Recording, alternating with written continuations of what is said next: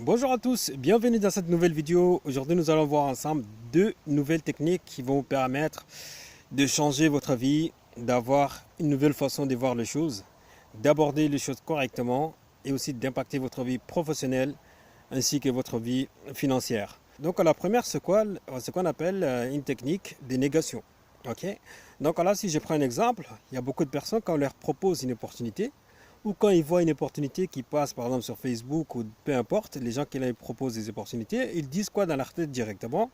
Ça ne marche pas, ça ne fonctionne pas, ou je ne suis pas capable, direct tête, alors qu'ils n'ont même pas essayé. Donc voilà, ils emploient dans leurs phrases des choses négatives.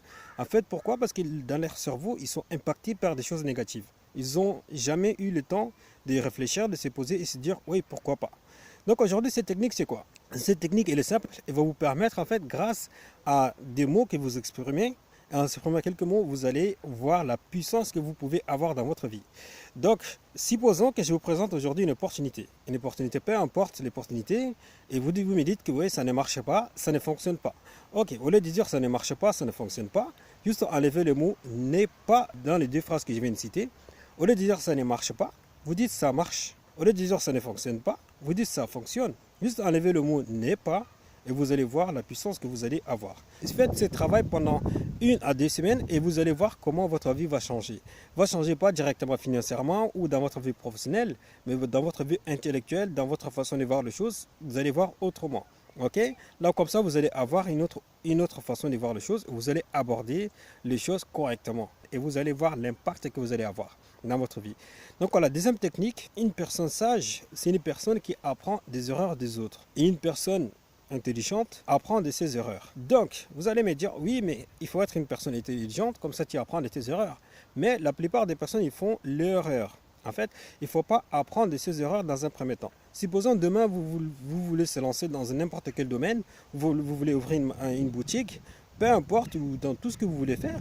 Et si vous n'allez pas chercher l'information, grâce à certaines personnes qui ont déjà réussi, vous allez faire quoi? Vous allez commencer à ouvrir votre boutique. Vous allez voir au début, vous allez faire beaucoup d'erreurs. Vous allez perdre beaucoup de temps et beaucoup d'argent.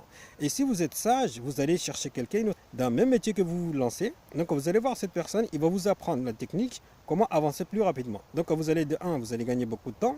Et de 2, vous allez économiser énormément d'argent. Là, c'est très très important. Ok? En résumant, la première technique de ne plus exprimer les mots n'est pas dans vos phrases.